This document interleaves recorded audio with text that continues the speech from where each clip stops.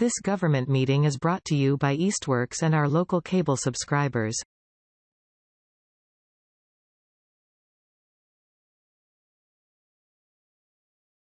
Good evening. So we're calling to order the Community Relations Committee of Easthampton.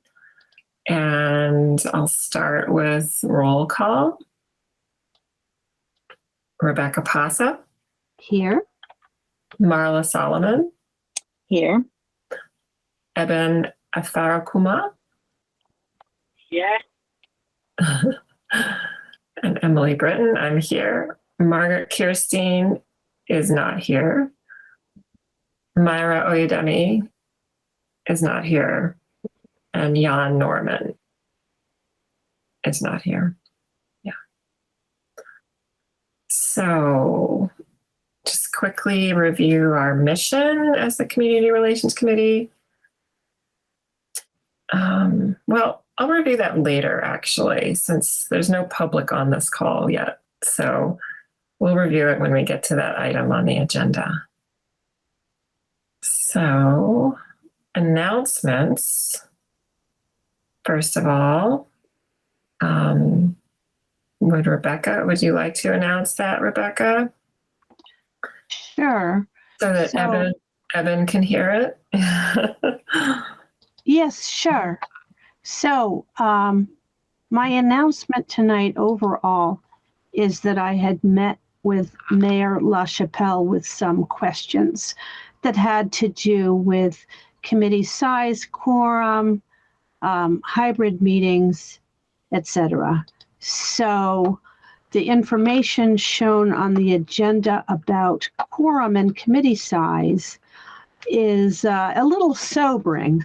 So we have had lately 7 active members in a committee that, as it is drawn up on the ordinance, the city ordinance, the committee has 11 spots. So a question that existed is, when it comes to counting a quorum, is a quorum 4 out of the 7 active members? Or does a quorum have to be 7 out of the established 11, even though we have vacancies? And at least with regard to the mayor's opinion, at first it was a little ambiguous to me, but I guess I'm inclined to agree with her, that a true quorum is really 7 out of the established 11 members of the committee, even though we have vacancies. Mm-hmm. Now, I noticed that the city charter under section 8.8D, so that says a majority of the members of a multiple member body shall constitute a quorum. What I might say to whoever might revise the charter is, you might want to be clear whether the majority of the members of the full membership of the multiple member body shall constitute a quorum, with as opposed to the active members. Okay, but that's for whoever's drafting that. But it also goes on and says a smaller number may meet from time to time. So here we are calling a meeting, mm-hmm. And even if 4 isn't enough for a quorum, mm-hmm. We've decided to proceed as usual. We used to believe that our quorum was 4 out of 7, but it seems that a real, a real legally binding quorum is going to be 7 out of 11. Now, the mayor mentioned, while speaking with me about our concerns, she proposed the idea that she, who had proposed this committee in the first place, that she would reduce the number in the ordinance from 11 to 7, and that way it wouldn't be difficult for us, or as difficult, let's say, with current membership, to get a true legally binding quorum. So this is something she wrote in her notes. It looked like that she intended to do. She would be submitting that to City Council, and she thought she could get that passed for September, so that if in September, assuming in September we have our 7 active members, if the committee size is reduced to 7, then our 4 right here and now, we would be a legal quorum and our votes would be legally binding. It seems that some votes that aren't so formal, I mean, we vote to adjourn, we may vote to do, I mean, even say we voted to be participating at Winterfest, there's no harm in that. I think it would be nice down the road when we have a meeting with a full quorum that we ratify some of the things that we've done, approving minutes. Those are still kind of not such a big deal because we send minutes out to everybody, and if there are concerns or objections, they can be raised. But overall, that's my announcement about the quorum and committee size. Great. Under number 3. Okay, thank you, Rebecca. So the next agenda item is about the minutes. And as Rebecca said, we may want to ratify the March minutes, and the April minutes will likely be ready next month. They'll be ready soon. So my apologies for not having them for tonight. Okay. I might say that I would want to have specific approval from Myra on those minutes, even if she doesn't make the next meeting, because she had a large part in that meeting. So I will look into that. So the next item is public speak, but there's no one from the public here except ourselves. So we'll skip that. The next thing is the presentation by representatives of changethemassflag.com. And we have a video recording, but Eben won't be able to see it. I suppose it's mainly audio. Yeah, he'll be able to hear it. And so we're recording this meeting. So, but right. since we're formalizing this meeting, then if I go ahead and get it started and share screen, it's at least part of the formal record.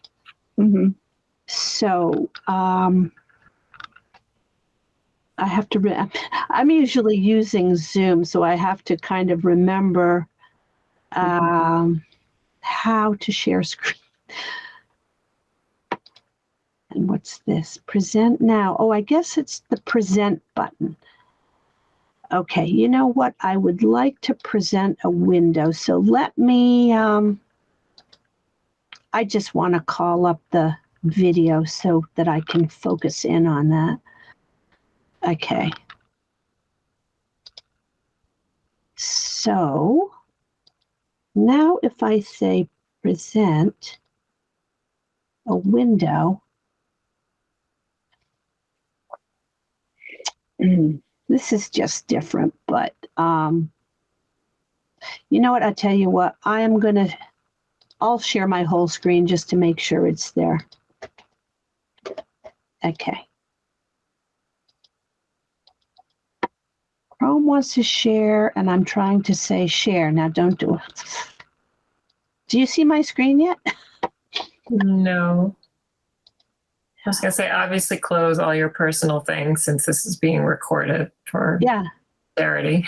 Let me try that again, but it doesn't even want to share. All right, so I'm going to try, how about a tab? Okay. So what I really want to share, it's on Google Drive. Here, how about that?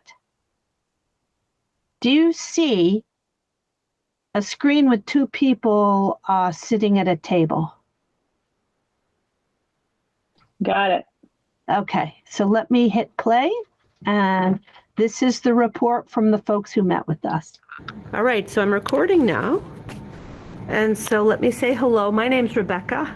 I've met you by email, David. Nice to see you. Mass to mass, right? And this is, I'm just pointing at them, but here's Emily and Marla. Marla Solomon. He's probably the newest. Nice to meet you. Sarah, why don't you speak to it, and I'll fill in anything that needs, if there's anything I need. I'm going to speak very briefly because you are. No, you. I'm the Easthampton person representing this effort. And Rebecca, it's very hard to hear this. Okay, so that's on maximum. Let me see what else I can do. It says speaker is 100%. What does that mean?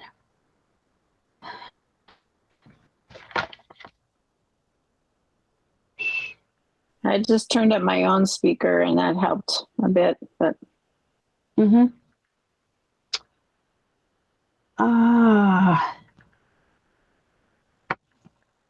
Well, here I'm sharing it from Google Drive, but what if I download it and see if that can help?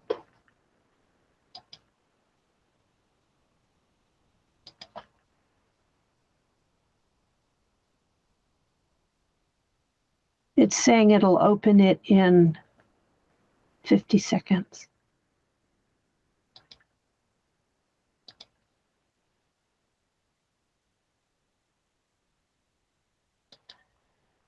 I'm going to stop sharing for a minute.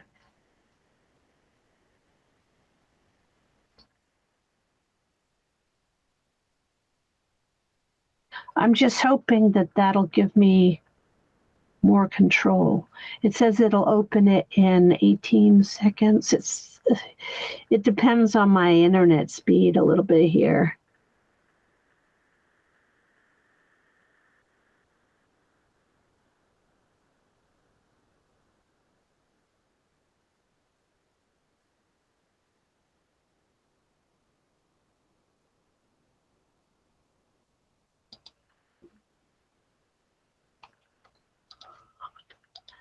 Okay, that actually sounded louder to me. Now what I need to do is find my meeting here and share.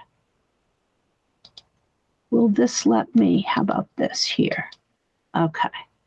Now hopefully you're seeing them again. And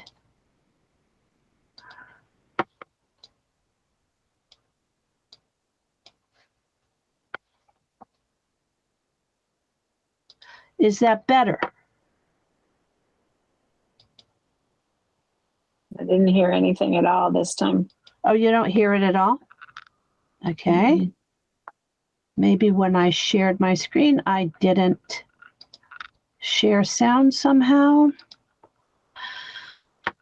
Let's see, window. Share the contents. But I need to also share sound. So that doesn't help, right?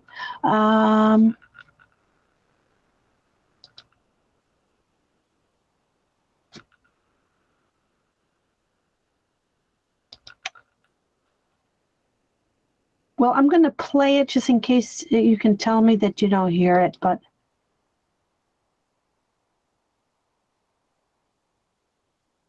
you didn't hear anything at all? No. Well, how about Google Meet, how to share sound and video?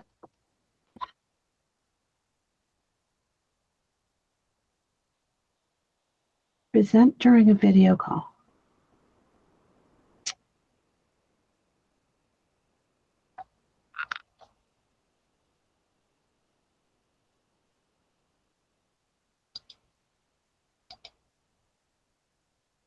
Change your method.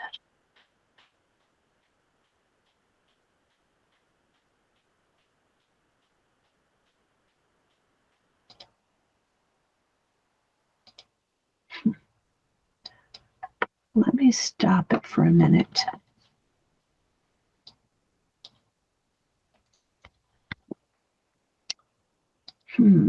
So when I shared a tab, but that only wants to share a tab from my Google account, and it says share tab audio. So weird. I'm sorry, it's different from Zoom. And if I said my entire screen, it doesn't even allow me to share it. And sharing a window. So I can choose that window, but then you don't hear it.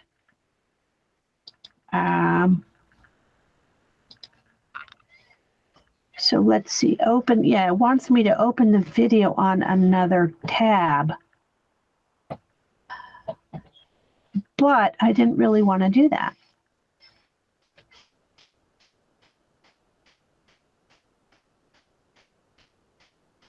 So let's see, how about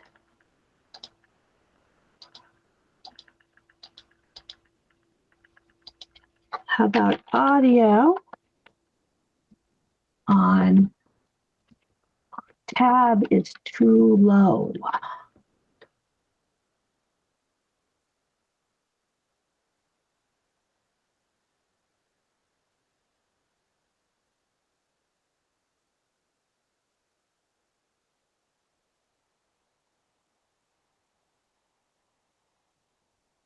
Adjust the tab volume. How do I do that?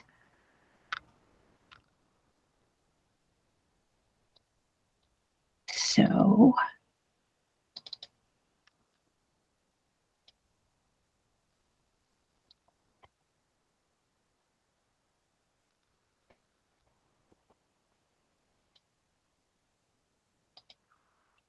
playback speed, quality.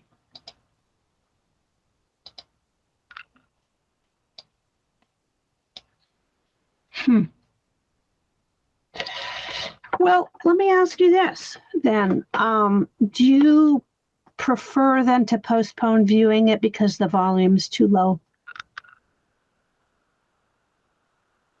And I would have to figure out how to make it work out better. But my concern with Google Meet is that I downloaded it and then could play it from here, but then you can't hear it at all. And it seems I have to, maybe Eben knows how to do it. Eben, you raised your hand.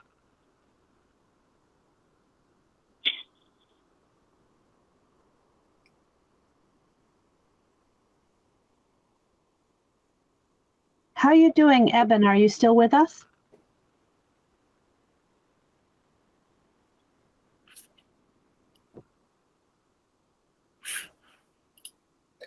We can't hear you, Eben, if you're talking.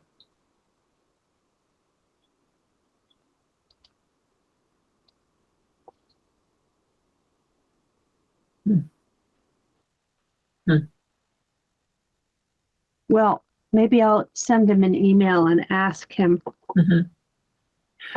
later about, I mean, you know, it's like if you can't hear it, because from my perspective, even on the machine I'm playing it on a tab, the volume sounded lower. When I downloaded it, I could hear it better, but you couldn't hear it. So maybe just do the original one and we just turn our computers up as far as they can go. I don't know. Most important if Eben can hear it or not, because. Right. That's the more important thing. If Eben can hear it, and then if any public members who listen to this later can hear it.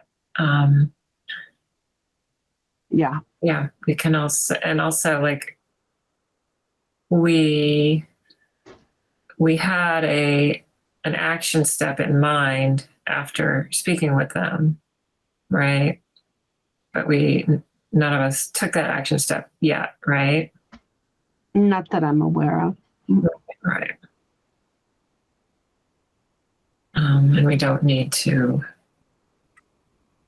is that a major decision that we need a quorum on? Was that what, just to call it to attention of city council or to? Right. Yeah.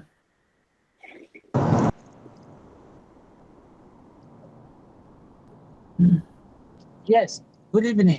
I don't know. Oh, Yeah. Evan's about to Okay, speak. yeah. Yes, what Hi. I'm saying is there's this cap on option. So that when you put a caption on, we could see it, whatever they are saying being typed on the screen. So you're thinking So- of turning, mm-hmm.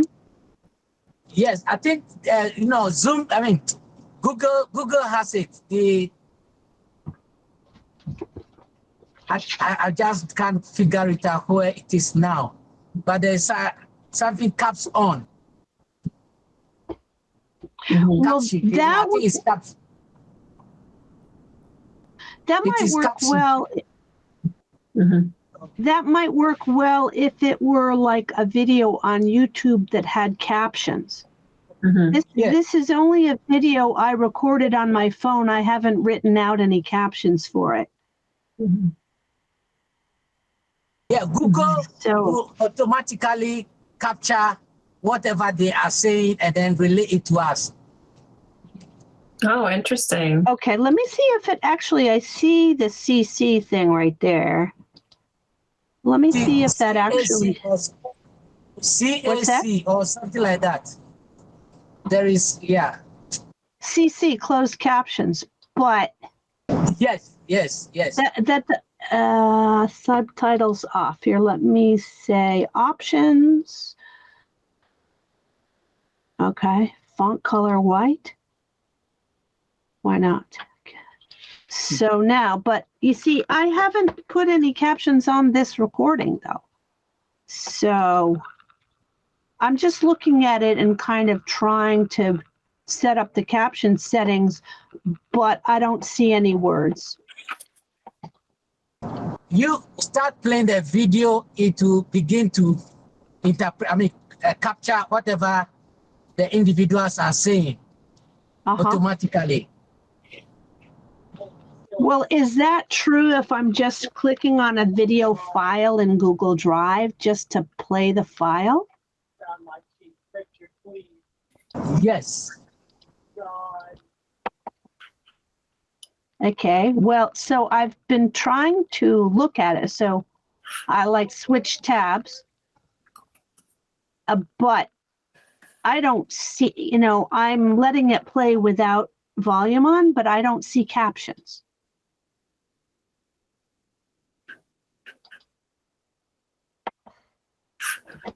Let me try it again. Let's see, video options.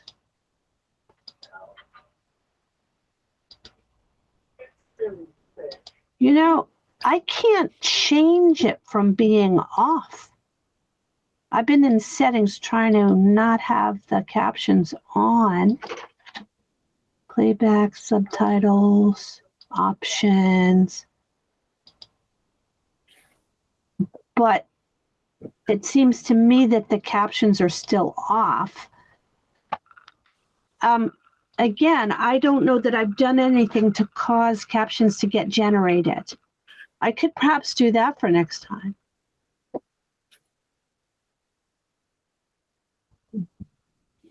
I'm thinking since, sharing it didn't work as I'd hoped, that I need to study the question and do it next time so as not to take too much time now. I mean, briefly, we could say that that David Detmold and Sarah Weinberger, I believe her name was, met with us and talked about their efforts with regard to the Massachusetts motto and the Massachusetts seal. Progress has been made, but, it's still kind of tied up in committee. And there's some optimism of that. I mean, at least the committee voted to change the motto and the seal, but They still need to come up with their proposal, and then there's going to be another step of bringing it back to the legislature, who may or may not agree with the subcommittee. Mhm. Mhm. So their suggestion for us was to what?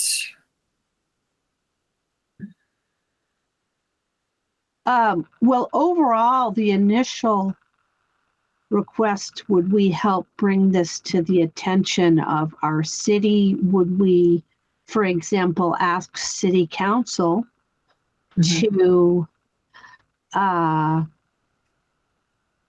to authorize, sign, approve a resolution Mhm. in support of the work to change the flag and seal. Mhm. Mhm. Right. And we know that at least one member of the city council is already in favor of it. Yeah, it sounded like among, we're one group that they brought this to, but there's been some efforts all over the state to get Mhm. attention and support. So, Right. so I'm sure that I would think that the city councilors have already heard about this, Mhm. the one in support in particular, but Mhm. Mhm. Right. Okay. Okay. Well, if we had, yeah. I think probably everyone on the call here would agree that this is a good idea, that we should go ahead and share our thoughts about it with the city council. I guess part of me believes that that would be a formal decision that we should have a quorum for. yeah. But Well, yeah. right. If at least all 7 of us Right. came up with something. I mean, Mr. Detmold proposed a resolution.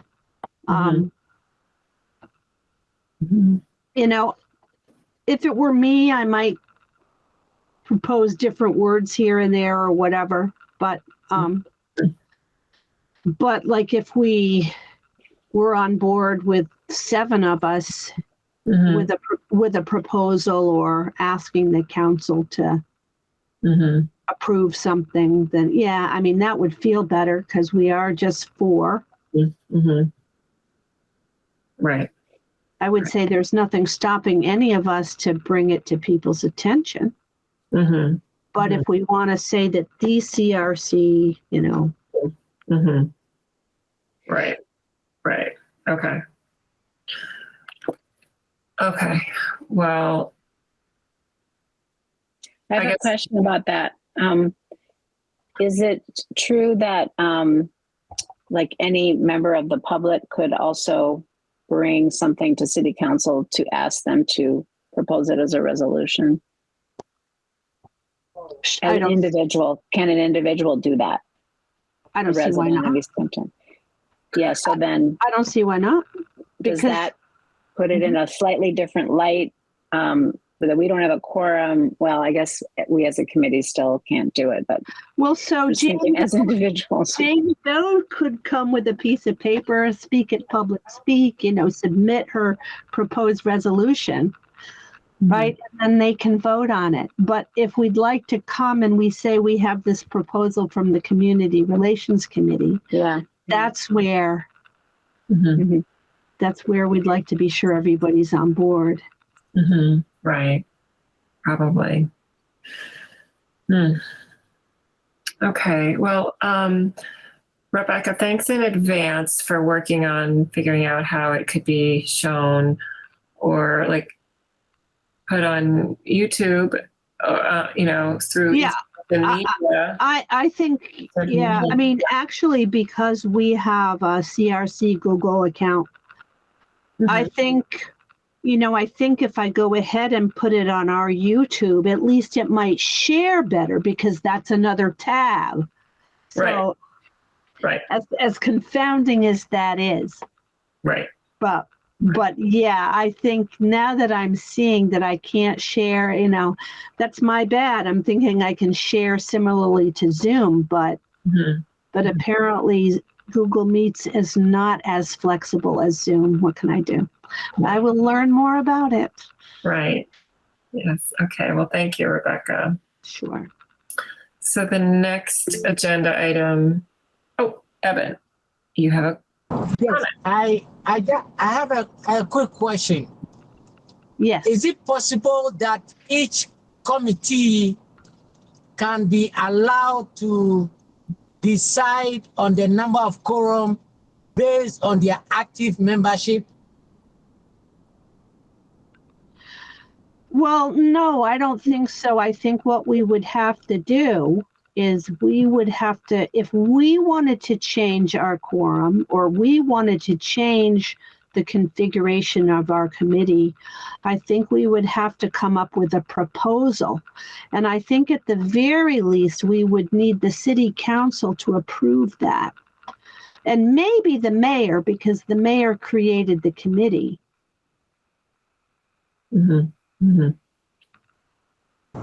Okay, thank you. Good, But, good question, Evan.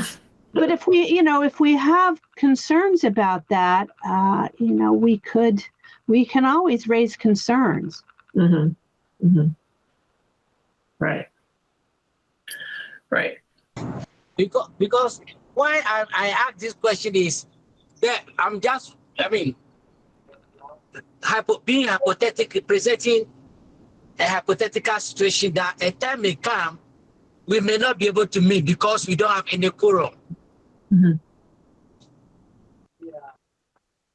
What's that? Are you saying in August we probably couldn't meet? Yes. How's your August looking, Dr. Eben? Are you leaving? I'm just trying to, we are looking at the CRC as a living committee. Because if we don't have a way to define quorum, they may come and maybe I am busy, somebody else is also busy, and they may not be able to attend, and the committee cannot meet. But that is not the best. Well, I think that's why the mayor thought she would reduce the size of the committee. Okay. If she reduces it to 7, then 4 is a quorum. And if we put really clearly on the agenda that we were going to vote, for example, on a proposal to submit to city council, then not only the public but the whole committee would have notice. So then if 4 out of 7 voted on it, that'd be fair to pass it that way. Yeah, I get you. Yeah. Thank you. Oh, it's my pleasure. So, not to, hammer this too far home, but that question that Evan just raised, Evan, this is Marla. I don't know if you can see me, but we don't really know each other yet, but makes me think about, again, this proposal to the city council about the change the mast flag. And so we've been operating with the idea that 4 is a quorum because we only have 7 members. I know that now that's been clarified by the mayor that in fact, since there's 11 potential slots for members, then we have to have 7 as a quorum. I don't know. I was just thinking that maybe since we're moving in that direction anyway, tonight we, kind of do have a quorum, but it sounds like for this particular decision, you're not feeling that we could move ahead with that.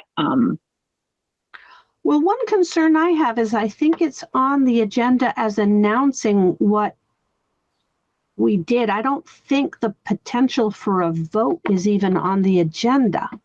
That is true. That is true. Right. So the agenda is not worded that well in terms of making clear Mm-hmm. Okay. to Mhm. people So we need to do that in order to as have a vote. to make sure we're in keeping with open meeting law. I mean, especially if we're going to vote on some things, those are important things to make sure they're clearly on the agenda, Okay. so got that it. anybody that's interested in that vote would know, okay, I need to be there because they're going to vote, Mm-hmm. Right. That's Okay. different. That's different than a report. Right. Okay. Okay. Yeah. Let's move on because I want to get to bring it back to Easthampton, and there was good stuff in the document that Marla created. So anyway, let's see. So the next thing on the agenda is the summary of the meeting with Easthampton Healthy Youth Coalition. I can share that. Ann Talley, the outreach coordinator from that group, came and met with us. She talked about some of their efforts. Their main effort right now is substance use prevention among children and teens, and they've seen a higher risk in students of color and other health inequity areas. And they have a grant that they're working under, and they will be seeking other grants. They're doing things like running a parenting support group. They run a table at the farmers market in Easthampton periodically. They have been taking an outreach table to sporting events in Easthampton. She said she is continuously looking for new strategies. They were going to be having an event about the dangers of vaping and the preponderance of vaping among kids. And when we asked her how we could help her, she had 3 ideas. One is they could always use more people to come to their outreach tables, and because they'd like to do more events as well, and they can't do that with their manpower. Second way we could help them is to figure out how to reach more people in general,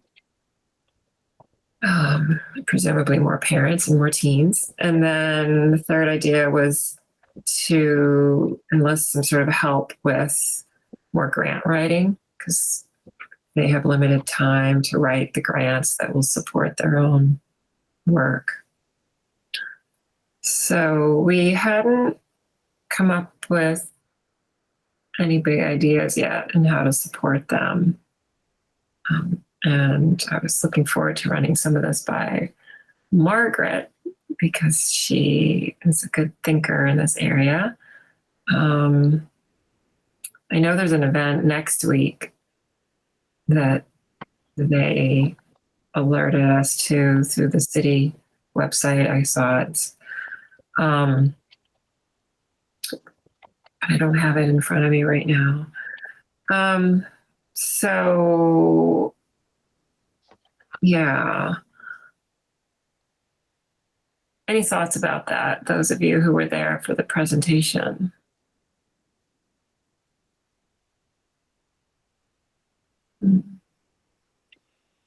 Well, it seems very aligned, with our mission, definitely, what they're doing. And so whatever we could do to support them, I would certainly be in favor of that. Without, becoming part of their committee. But it seems like the things you just outlined, Emily, from my memory of the conversation, were some good ideas. And you know, like everything like that, they're probably under-resourced. So whatever we can do to help them is probably a good idea. Right. Right. Yeah. I think a concern existing and going into the time that Easthampton City created its new website had to do with communication generally. How do you communicate with the city? I have a memory. I guess I went over with Deb Lusnia to meet with Lindsay Mailer in the mayor's office, who was saying things like, oh, you know, to mail a mailing to the city, it cost a lot of money. And I think the city hoped with its new website, you know, you can get notified of different things if you subscribe to the city website. You know, there was an idea that Eben had that I thought was pretty good, that if we also, and this was thinking about people who don't get email, we also wanted to have more demographics in the loop. If we made relationships with certain places locally, let's say I think the Chamber of Commerce still has its Union Street location. Maybe if we had an arrangement with them, maybe the senior center here and there to put newsletters, right? But, you know, maybe the question is how to pull that off. But I think that is a thing that even like the Mayor's Pledge work group was trying to work on how to reach out to city groups to invite them to things. And I think that if we come up, since we want to improve community relations, I think thinking about ways to improve communications would be certainly incompatible with what we're trying to do. Right. Yeah. Lindsay definitely. Go ahead. You started off saying that Eben had an idea, but then I didn't hear it. What was Eben's idea?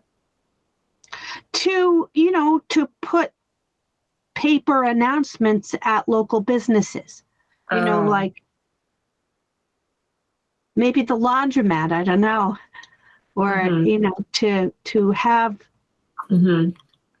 have announcements accessible in additional ways like that. Right.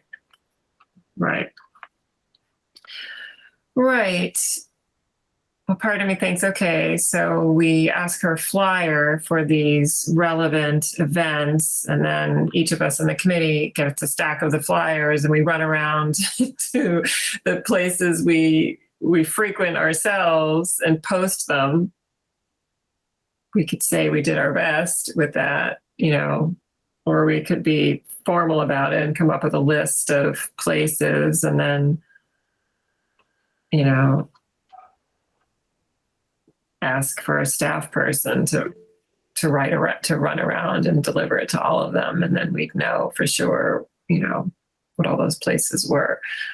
Eben, you want to share something? Yeah. They, like she was saying, basically, some people do not know about our existence. Okay, and there are point or flash point within the city that we can, advertise our presence. There is the need for them to know that we exist in the city. There is 7-Eleven. A lot of folks come to 7-Eleven.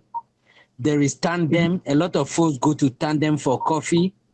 There is Big E. A lot of people go to Big E. Do we have a way of, showing them our presence in this strategic place within the city? No. We have to move ahead and establish our presence in these strategic places within the city so that they know that we are there. If an individual have an issue, they can easily come to us and get it addressed for them. And I think that is one way we can, to a large extent, improve upon our community relationships. Mm-hmm. Mm-hmm. Yeah.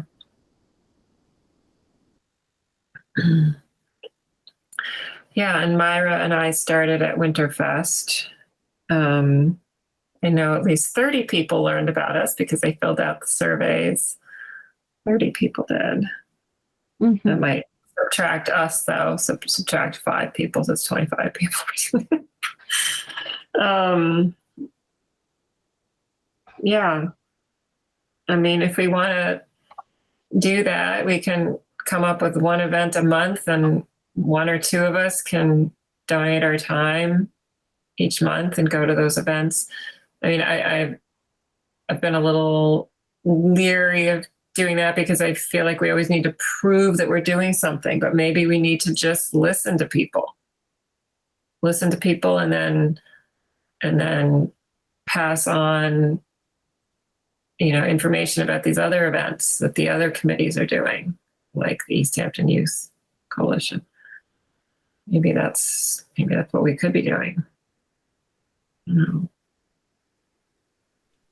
I mean, to respond a little bit to both of those comments, I think when I came to the Winterfest and learned about the committee, I mean, it was very useful, really, to have that personal contact. And so if there are other events like that, and just, to be listened to, like you said, and, maybe it wasn't so critical at that moment that the committee had things that, okay, we're planning this, we're planning that, but like, oh yeah, what do you think about Easthampton, and what are you interested in? And right. But are there, events that are like that? I mean, I know there are lots of events, but I mean, that would provide that kind of an opportunity where you can actually talk to people. And Right. I know. I mean, well, Cultural Chaos passed us by. I know the mayor had a table there, which was good. I don't know if the Healthy Youth Coalition did. I mean, I know coming up in September, Mill Pond Live will be at the Millside Park. I love that event, so I'd gladly man a table for that. And if we had it, maybe we should reserve a tent now to borrow from the city for that.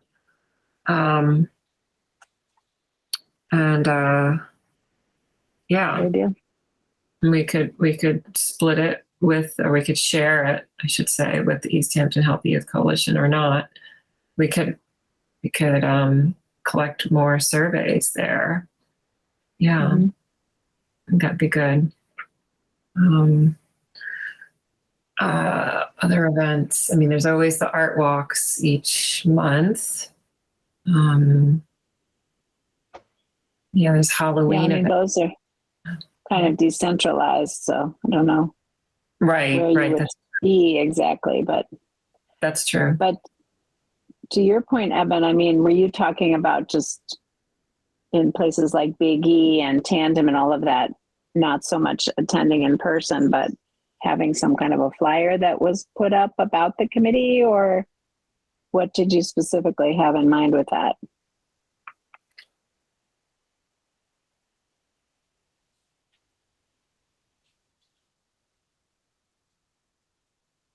We can't hear you if you're talking, Eben. Some issue with my cars. Yeah, no, the fact is, when they see, we need to be visible within the community. That is, so how best can we be visible if we have a stand or we have something, in partnership with some of these organizations within the city? I believe that through it, people will know there is such and such committee, and if I need an assistance or anything at all, I could fall on them. If we are in the city and we don't know the existence of committees or groups that can help us within the city, I mean, I think it is not the best. But these are strategic points that people converge at every day. So if they see us there, maybe if we are not there as person, but our flyers are even there, boldly displayed, I believe people will know that yes, there's like this within the city. So, I mean, that's my kind of thought. Mm-hmm.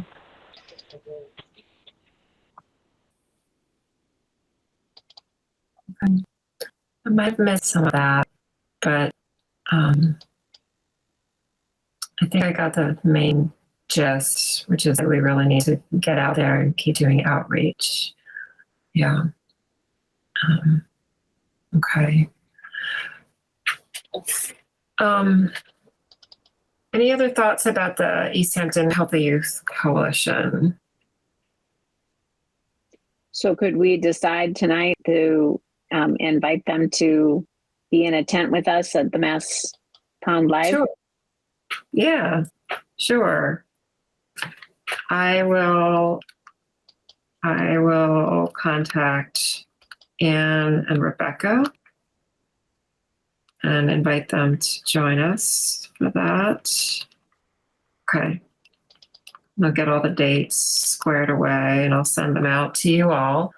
So, yeah, it's several Saturdays in September, I believe. Yeah. Okay, great. And then Rebecca, the mayor said that there's a tent to lend, Yes. right? Yeah, she said the city owns tents. Okay. Okay. Do you know who we're supposed to contact in order to reserve one? Well, I think that the first thing that I'd be inclined to do is to reach out to Lindsay, mention that the mayor told us about city tents and see if she's the person to go through to reserve those. Okay. See what she Great. says. Okay. Okay. I will reach out to Lindsay about that. Okay. So the next thing on the agenda was the mission and the survey results. I think we're kind of already hearing that like outreach is really going to help us. But while I read this, Marla, just read the mission for anyone who might be watching this recording. Think about what you'd most likely like to talk about with the survey, if you have any ideas, since you know it the best. But I'll reiterate the CRC mission is to promote positive relations throughout Easthampton's diverse population. We will work to build a sense of inclusion, community, and pride where community members feel welcome, accepted, and valued. And our vision is we envision creating an Easthampton community in which all members have a voice, are connected, and feel empowered. So that voice is something that we could listen to at these events, as we've been talking about. Yeah. Of course, if people aren't going out in public because they don't feel comfortable, you know, in certain contexts, we may not be reaching them in that way, but yeah. So Marla,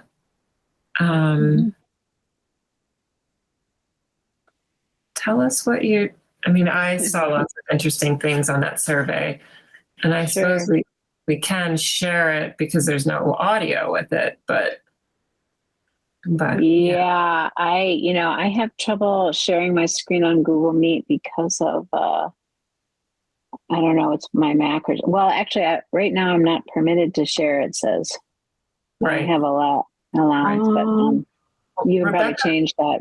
Yeah. Well, yeah, you know, we don't want to have that as a default because we don't necessarily want members of the public sharing the screen. But yeah. Let's see if I can. Well, I sent it out to everybody. So I guess, Eben, you can't be looking at it right now. What I was thinking was I would just kind of talk through what is in it and very briefly. And I guess I can. I don't know about sharing my screen because I think I'm going to have a problem with that and I don't want to take up time with it. But yeah, so I made you and Emily co-hosts, which ought to allow it. Okay. Although, But can you just access it on your own computers and you can just, yeah, because Evan's not going to be able to look at it anyway right now while he's driving. right. So right, that's true. Yeah. that way I don't have to share the screen, but you can kind of follow along Mm-hmm. with the version that I sent you. Mm-hmm. I've got it up. Yeah. Okay. Well, basically, I mean, the main thing that I did between last time when I had just put together the responses about, people's suggestions for what we should be doing. I just went through and I made a document where I copied and pasted the table so we could see who responded, who was there. And so, basically we got 30 responses. 28 were actual Easthampton residents. A couple of folks were not, but they still filled out the survey. And they had, oh, hi. We had a pretty good spread of people in terms of how long they've resided in Easthampton. And, some long-term residents, 30% were long-term residents, and, a bunch sort of 2 to 5 years, 5 to 10 years. So we had quite a, pretty good spread there of respondents. And then the interesting thing in terms of, we asked people to identify as part of a demographic. And I think we had a lot of overrepresentation, in relation to who actually lives in Easthampton. I was looking up the stats from the 2020 census, and we're still like, I don't know, 93% white or something. And so we had BIPOC, 22% of our respondents, were by people who identify as BIPOC. And so that's, more than we have in Easthampton overall. LGBTQ plus, I have no idea. I don't have any stats on that. People with disabilities also, we had 8 folks who identified having some disability, which is, according to the census, an overrepresentation in our population. But so it's interesting, who we got to respond and who was there that, at various times. Then the one about what do you find most appealing about Easthampton? There's sort of a range of things that people said. It's notable that there was one person that said nothing. So, you're looking for the complaints and the problems, it's only one person, but still there's something, there maybe to notice.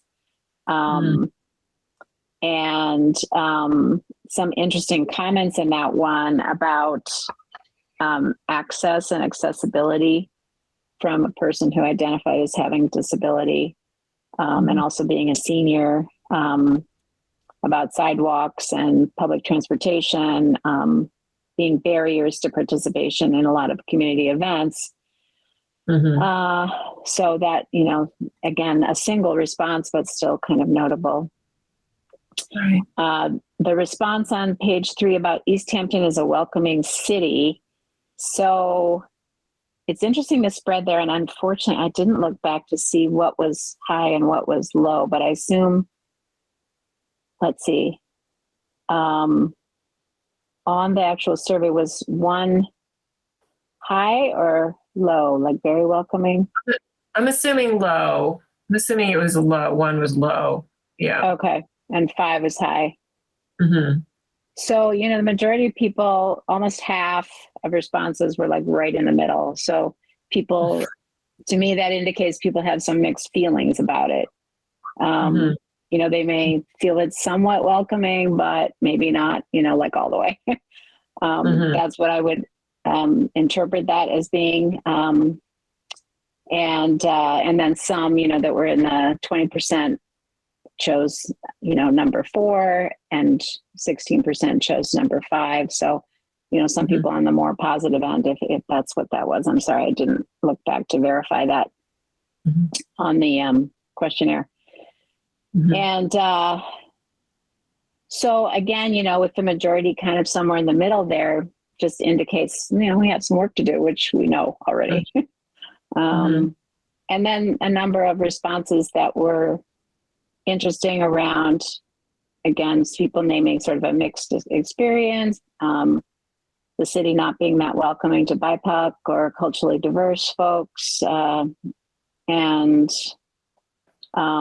some of the issues around, sort of old Easthampton and new Easthampton come up in these responses to folks talking about people who've lived here longer, think that, they can control everything, whatever.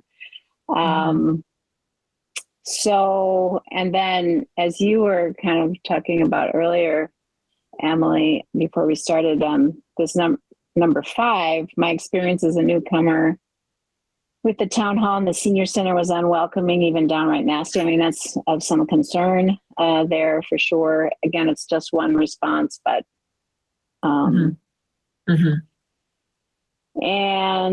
but then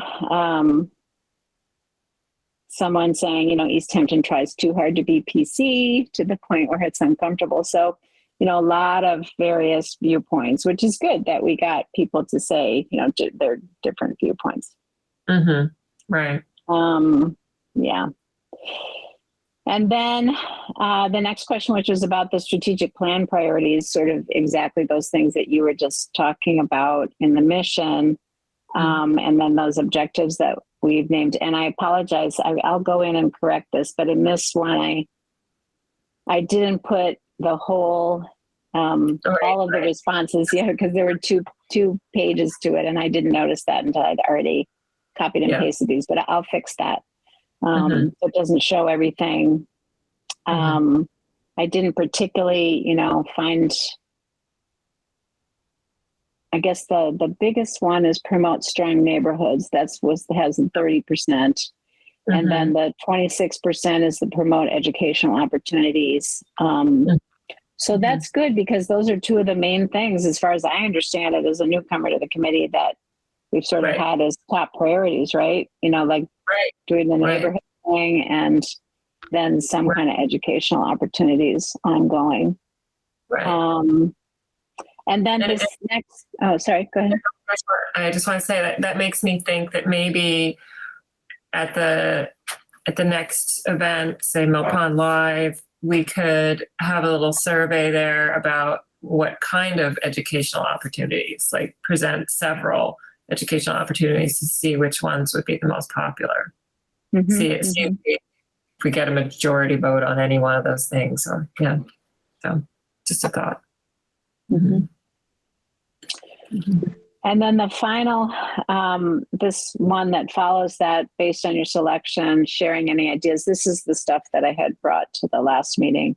And it's just, verbatim what people said, their ideas of what they would like to see the committee do.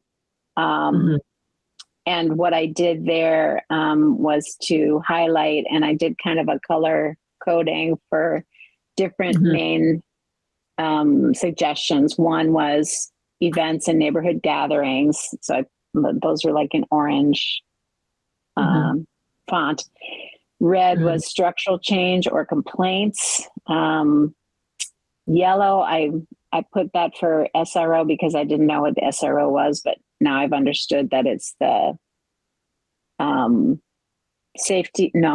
something resource officer in the schools. Somebody suggested that be brought back. Do you want me to stop? Evan, you had a hand up. Thank you very much for your survey. Now, my perception, I stand to be corrected, is that a lot of people see Easthampton as a sleep town, in the sense that they sleep over here and then go to their workplace out of town. So how best can we tailor a program to suit these kind of individuals that see this something as a city that I will just come and sleep, wake up, go to my work out of Easthampton?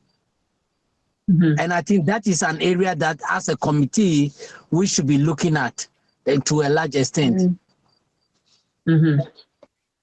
It's interesting you should raise that, because I've been wondering about that a lot lately myself. I mean, I've only lived here now, less than 4 years, and most of it's been during COVID. So, but I wondered about that, like, is it pretty much like you're saying, a sleep community for a lot of folks, and they're not going to get involved no matter what? So I would love to hear more about that, what you all think about that, and, what that proposes for us as a barrier, or, just like, okay, is that how Easthampton's going to be? And we're going to have a lot of folks who are not going to be involved in their community here. I don't know, but. Right. I think I will suggest that as a committee, together with the city, we team up to strategically institute programs or projects, mostly in the evening. People go out of the city, work, they come back to relax. But are there programs for them to come to sort of, relax with theaters, exactly musical shows, or programs that sort of will encourage them, they'll be enthused about. And I believe that when we do that, one, we will attract our current residents, and then people outside the city will also be encouraged to come. Oh, there is this program in Easthampton this evening. I need to go. So, I mean, I there are times I think, I don't know, I overthink myself. I believe that we need to do more to encourage more people or attract more people into our city. That is how I think at times. See? Yeah. Yeah. Evan, did you go to Cultural Chaos? No. No. Okay. Have you been to Mill Pond Live yet? Is that a no? Oh, None of them. I have not been to any of this. Okay. Okay. Yeah. Okay. So is it a publicity or what? Is it because you didn't know? Is it because you're too busy? Is it because you weren't interested? No, listen, I am not aware of them in the first place. Okay. And I may not be the only person. There may be several people in the community that may not be aware. So how is the publicity done? Right. Okay. A lot of folks within the city lives, some people by 6 a.m. they are out of the city. So how can we capture such individuals who live so early? I mean, I think we need to think about strategic ways to capture early, let's say early, is it risers or early people that leave the city? I mean, people that leave the city by 6 a.m. and come back at 6 p.m. or 8 p.m. They don't know what is happening within the city. Some of us, yes, the week is busy, but the weekend we ensure that we know what is happening within the city. We access the city's website to get the necessary information here and there. But can we think about other ways to strategically inform the folks within the city about what's happening within the city? That is what some of us are for. Right. Right. Yeah.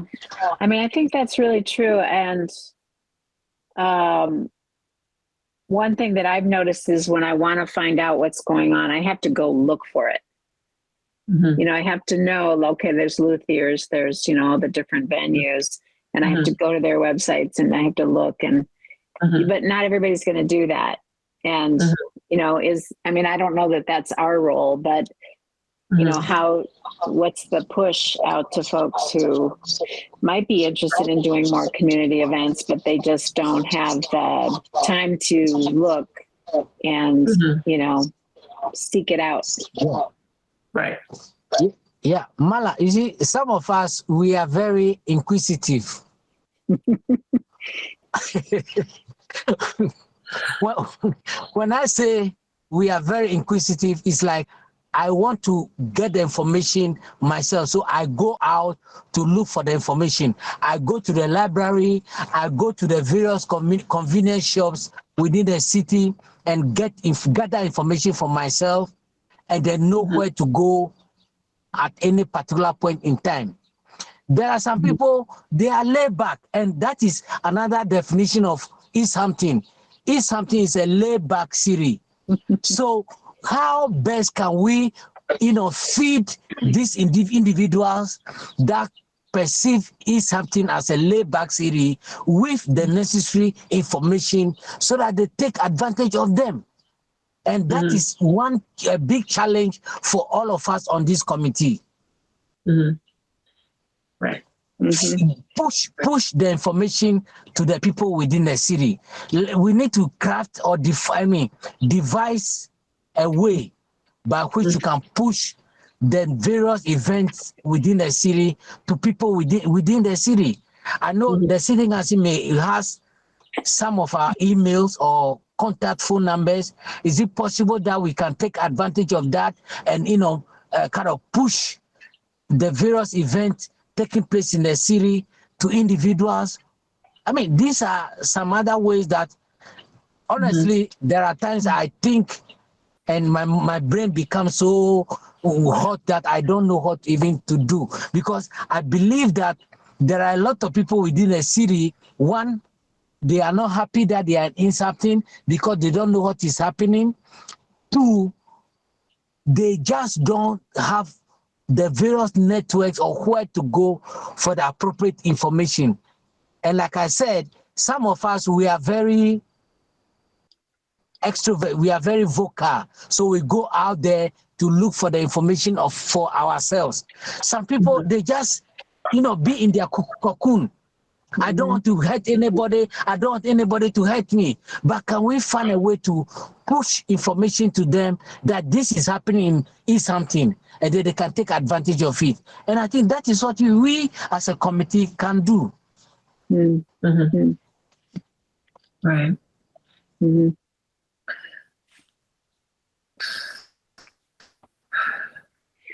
Well, one thing that occurs to me from that, and also from, again, kind of reading these comments that we got in the responses, was that, neighborhoods are still maybe a good place to start communication, because people don't know their neighbors. I mean, that's typical in the US everywhere. But, to me, it kind of reinforced that the goal that we have of having these neighborhood gatherings and, moving that forward. So if people know each other more, then they might, tell each other more too. And that kind of informal communication about, oh, this is going on and that's going on, really is helpful. And it's one way to kind of improve relationships on a really micro scale, but I think an important one. And the other thing that just occurred to me, I don't know if y'all use Meetup at all, but I've heard of it. It's an app, it's a website thing, and you sign up for different Meetup groups and depending on what your interests are. And then if you sign up for that, information is pushed out to you, to your email. And I don't know if, could the city of Easthampton have a Meetup group? I mean, it's different. I guess Facebook, I don't know, sort of serves the same purpose, but I don't know. It seems like that one is less event oriented. Again, people would have to sign up for it, but Right. just came to mind. But. Right. And then somebody would have to be gathering all the information and putting it up on the Meetup group and pushing it out. That's a big job. Right. What do you have? Right. I know, even though ideally I'd like to be able to promote all of these events to get people more involved in the community, it is a lot to do, and it could be a whole public relations staff, right? And not this volunteer committee. But if you sign up for Meetup, how much information do you need to give about yourself? Nothing really. It's like your name and your email address. Okay. Yeah. Okay. I mean, it's just that's like a little bit of a throwaway comment. It's just, Yeah. Emily, I don't know whether we can propose to the city to adopt something like know your neighbor. Mm-hmm. Know your neighbor. Mm-hmm. Mm-hmm. A year ago, in fact, this is very, I don't know. A year ago, I moved to my housing apartment, and a gentleman was below me within the apartment. Mm-hmm. And being the very outspoken person, I try as much as possible to reach out to my neighbors. Mm-hmm. This gentleman, I met him only once. Mm-hmm. The next moment, coming out of my room, there was a pungent smell from his room. Hmm. And I said, okay, maybe when I come back from work, I'll notify my, management office about the situation. Mm-hmm. The next morning, there was, an Amazon parcel delivered to his door. And the next day, the parcel was still there. What happened? Before we realized the gentleman is gone. Right. He's dead. Nobody knew about it. Yeah. Mm-hmm. Nobody, in fact, it was just, listen. that's so sad. I tell people, no matter what, we are human beings with blood within our vessel. Mm-hmm. Mm-hmm. The gentleman had no family. Mm-hmm. But I believe the little interactions I had with him, he was so excited about it. But here was the case. He was dead. Nobody was able to attest or come to him until about 3 days' time, before the state examiners came in. Mm-hmm. Yeah. Sisters, for some of us, the thing we do is not for money or the name.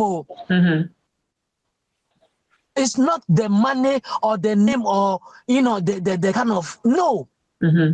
Some of us, oh, Jesus, we deal with practical things.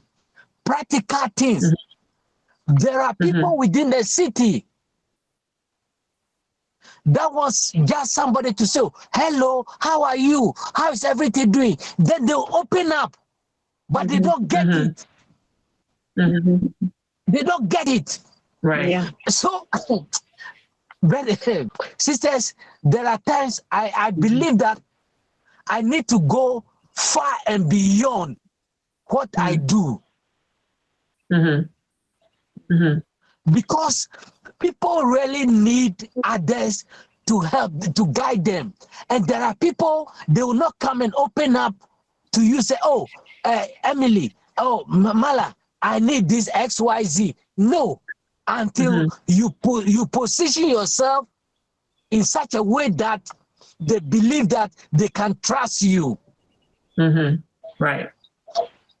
My sisters, I am being, don't mind me. I'm being emotional because of some of the things I go through and I experience within the city. So this gentleman, I ask myself, what could I have done to help this man to the next level? Yeah. Right. He was staying alone. Right. Nobody, no family, no brother, no sister. He was staying alone. And there are more within our communities. So how best are we strategically preparing ourselves to reach out to these individuals? If the age, the community age committee, the aged committee within the city, they have their plans, fine. But how best can we also liaise with them to reach out to these people, the individuals? Listen, we are not just trying to reach out to able-bodied individuals within the community. The aged are within the community. There are some individuals that are disabled within the community. Sisters, we need to go out more and do more to reach out to these individuals. And I tell you, at times, I sort of blame myself that I was not able to do more to this brother that departed. But then I flipped the coin. I said, well, it's good. When it happened, the emergency committee, a group came in to assist and, to get the body out of the room. But it should not be so. I know I'm trying to enlarge the scope of our committee, but it's because of my, oh, Jesus. It's because of my emotions. Please forgive me, but I'm just trying to expand the scope of our committee because of the emotion I felt last year when this gentleman died without nobody coming in. And excuse me to say, he was rotting. He was getting rotten in the room down me, below me, the room below me. The odor from his room was just too much. Yeah. Well, so we'd had an idea of, and, maybe to focus on something, maybe we want to start with it, but is the idea of these neighborhood gatherings, cookouts, to somehow, if we can offer food, if we can, I don't know, it's hard to even start, but one by one, because if we could invite all the neighbors, right, then we would be encouraging everybody to knock on each other's doors, invite them, offer them food. So if he didn't answer the door, sometimes it's possible to call the police for a wellness check if they really don't answer the door. And I'm sorry what he went through and what you went through. I know it's really heartbreaking. There's way too much online I read about an even worse story you don't even want to know. But that's heartbreaking. But if we can find some ways with what we can do to encourage people to come together. Like it would have to be supper, right? People leave for that and they come back. Although I think we think about weekends too. And some people are already interested in those neighborhoods. And I don't know, we might get Jan Norman back here. He was going to do some of the cooking, right? That's right. Yeah. Well, what if we made a work plan? Oh, go ahead. So, Rebecca, can we ask the city to sort of send a proposal to the city to adopt these neighborhood get-togethers once a while, or, I don't know what the frequency will be. Honestly, Dr. Eben, I think that's what the city asked us to do. Okay. So now we have some survey results. We have some people who expressed interest. So should we start with a list? Can we pick somebody and say, hey, are you on board with this? Shall we choose your neighborhood first? Shall we plan on what we need? I mean, I'm not even with this kind of a thing where it's coming together and doing some work.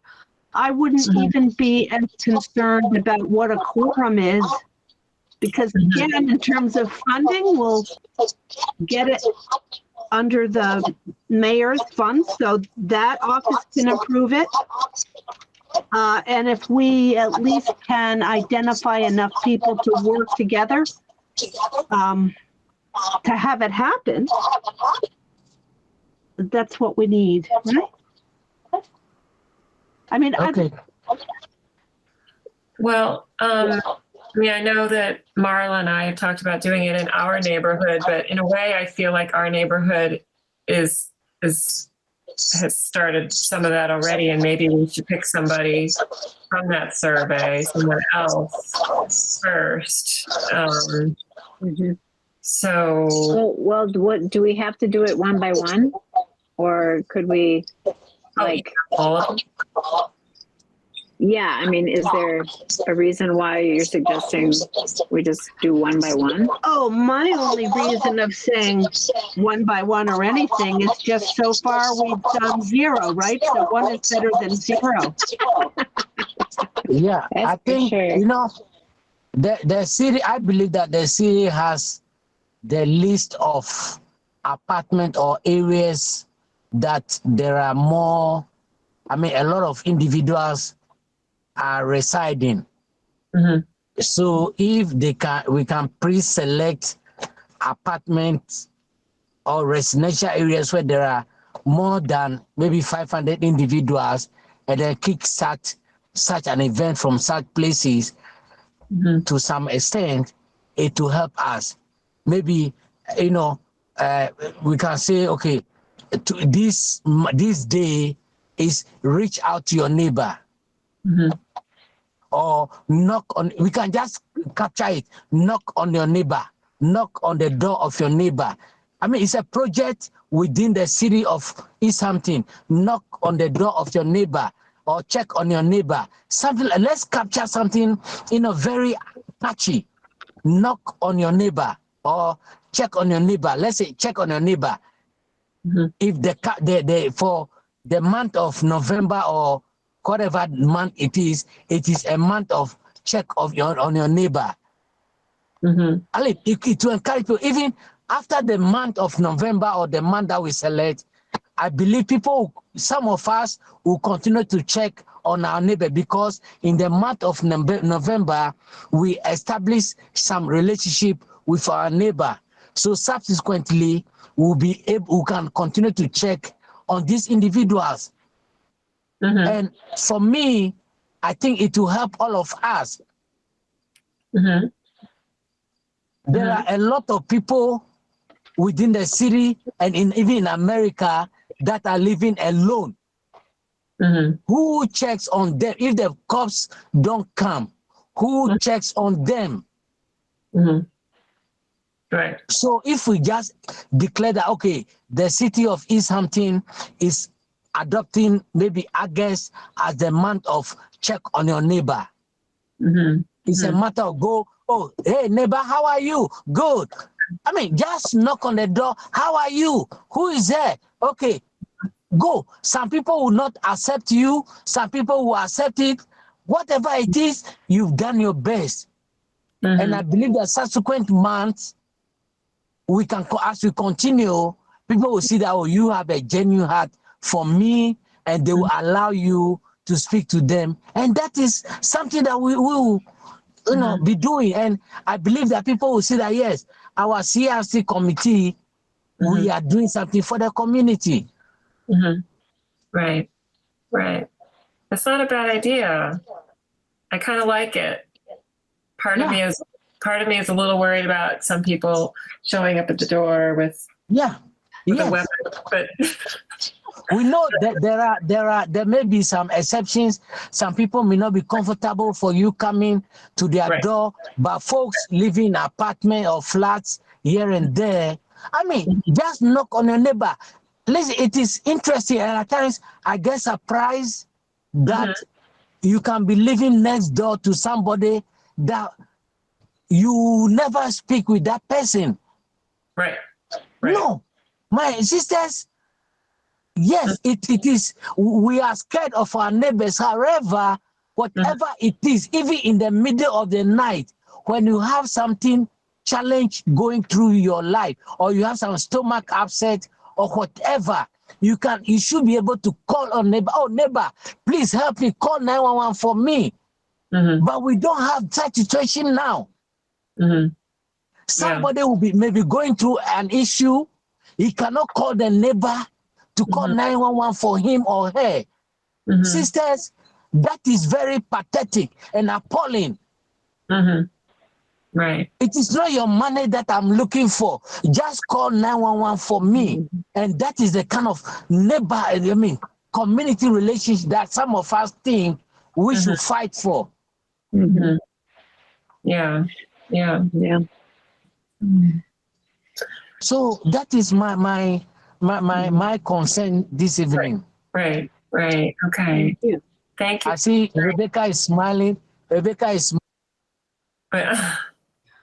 Wait, you just muted yourself. Thank you. I didn't hear all of what you said, Doctor. So lots of good ideas here. I want to continue the conversation. I totally want to, and I'm aware of the time. So I'd like to suggest a meeting, in August. And if we can make it, we can make it.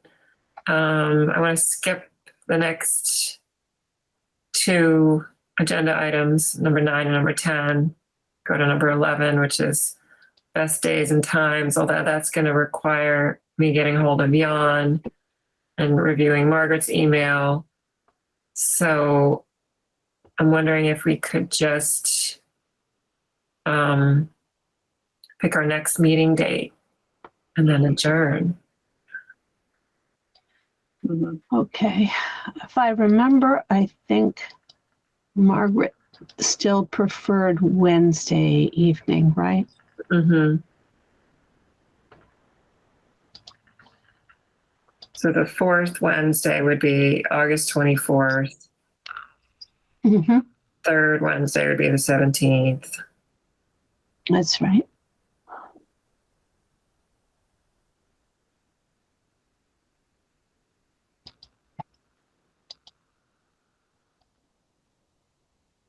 If we could have a quick meeting, I wouldn't mind doing it in 2 weeks, but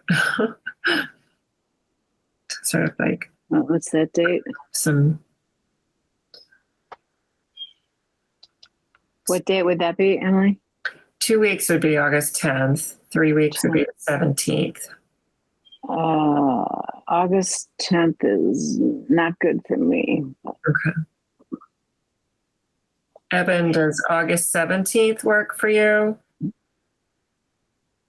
Yep. Work for me. Okay. Let me just check my other calendar. Rebecca, does August 17th work for you? Yeah, that's all right with me. So, Dr. Evans, you have a new job. Is it for the summer or always? Yes, my new job is moving me to Connecticut, Easthampton, and I've been commuting between here and there. Yeah. For now. 5 days a week you're driving. Do you have to drive an hour? Yeah, I drive 4 days in a week. I take 1 day off to relax, to try to reorganize myself.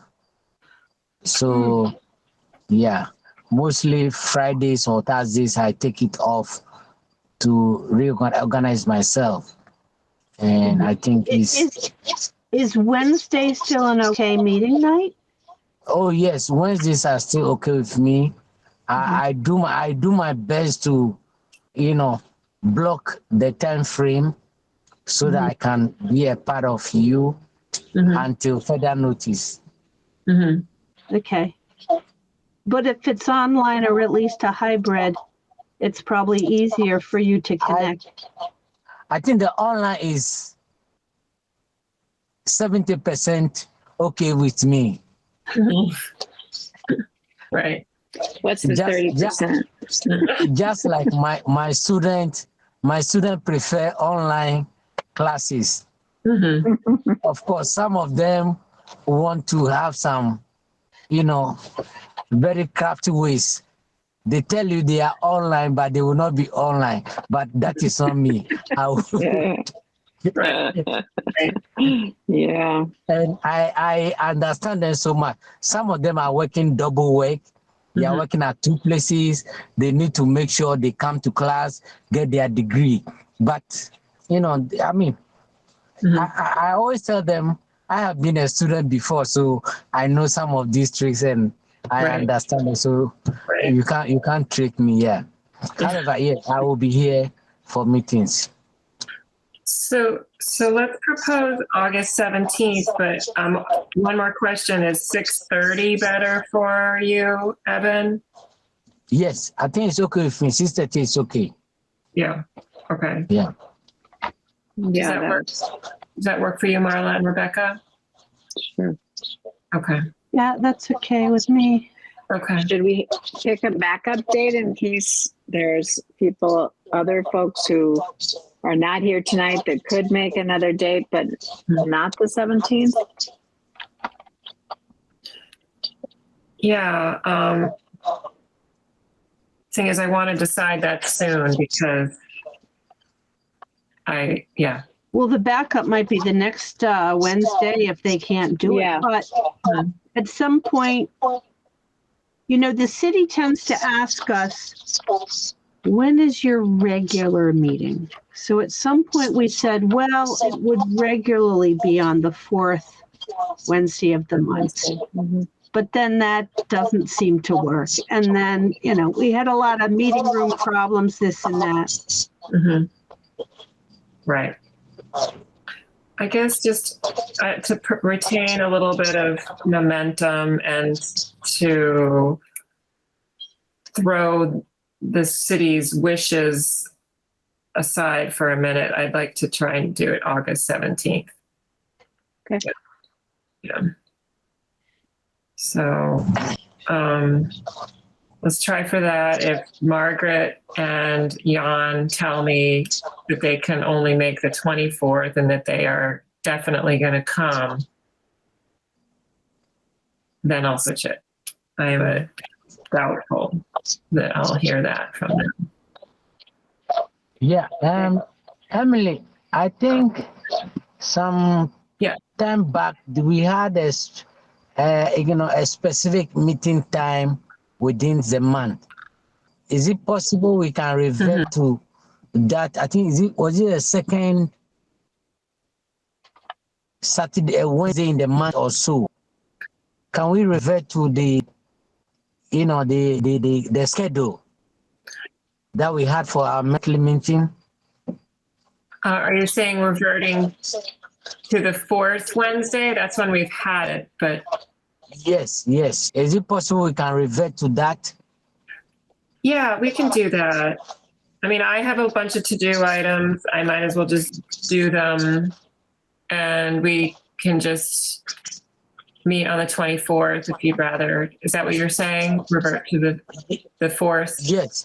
Okay. Yeah, that is what I think. I don't know what the other members think. Can you guys make it on the 24th? Yeah. At some point, another question I will have is, do we want that hybrid? Do we want it fully remote? In a way, to be inclusive of more demographics rather than fewer, if I at least volunteer to go and do the in-person part, then in-person people can be included. Yeah, I think it's good to do it hybrid if we can. I mean, then folks who want to join this way can, and folks who prefer to be in person or don't have access can come in person. Yeah. Okay. I think a chair has to be live, right? I think that the government pushed off the open meeting exceptions, right? So I'm not sure that that's a thing because we're remote now. That wouldn't have been acceptable under the prior open meeting law. Mm. But since the government has pushed off Okay. until March, then we don't have to worry about that right now. Mm-hmm. Mm-hmm. Okay. Okay. Okay. Okay. I'm looking at Mill Pond Live. I am devastated to see that it is on September 16th, which is when I already bought tickets to my favorite band, Sema Funk, from Cuba, which I saw at Mill Pond Live several years ago. I can't believe they are overlapping with. Is it just that one weekend? It's not several this year? So far, it's looking like just one, but this must be what I'm finding so far. So, what a drag. Anyway, I'll keep. Let's see, 16th. Wait a minute. Wait. Oh, that's 2021. Never mind. I know. I came upon that one first too. Okay, I guess I got to put in 2022. Yeah, I mean, I would love to help out with that. I'm going to be gone after September 15th, actually. Oops. Okay, well, maybe some of our other members can man the tent. You'll love it, Eben. It's a great event. Mill Pond Live. It's wonderful. I could go in the beginning, actually. It starts at 5, and I don't think Sema Funk starts till 8. So actually, I could do both. Yeah. Okay. Okay, well, we should hang up. We need to get back. Yeah. Well, thank you, everybody, for your participation and your time commitment tonight. So I guess we need to adjourn with, oh, do you have one more question, Evan? Oh, you're just saying. Emily, I want to see your cat. Oh. Hey, Mala, I want to see your cat. You want to see my kitty? Yeah. Here she is. Oh, I had two cats. I had to catch April and June, but now they are gone. So when I saw a cat, it was very, I miss my cat. Yeah. Yeah. But that's it. That's all. I know it's nice to have cats and dogs in meetings, right? Oh no, cats are very.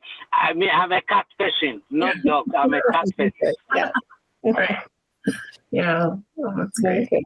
That's good to see everybody. Yeah, good to see everybody. You too. You too. Well, we need to do roll call to adjourn this meeting. So, wait, no. Roll. I mean, no, we don't. No, we don't. Let me say the reason I thought so is any vote. No, the recording doesn't necessarily pick you up unless you say your name, right? Oh, so right. that, but at this point with adjourning, I don't really care. Okay. Okay. I'm in favor. Okay, great. Okay, I'm seconding the adjourning, and everyone is here. Rebecca Pasa, In favor. Marla Solomon, Vote. Ben Afar Kuma, and myself, that. Emily Britton. Yeah. That means it's adjourned, and it is 8:15 p.m. Okay. Thank you, and I will stop the recording. Yay! Okay. There. Ha! This government meeting is brought to you by Eastworks and our local cable subscribers.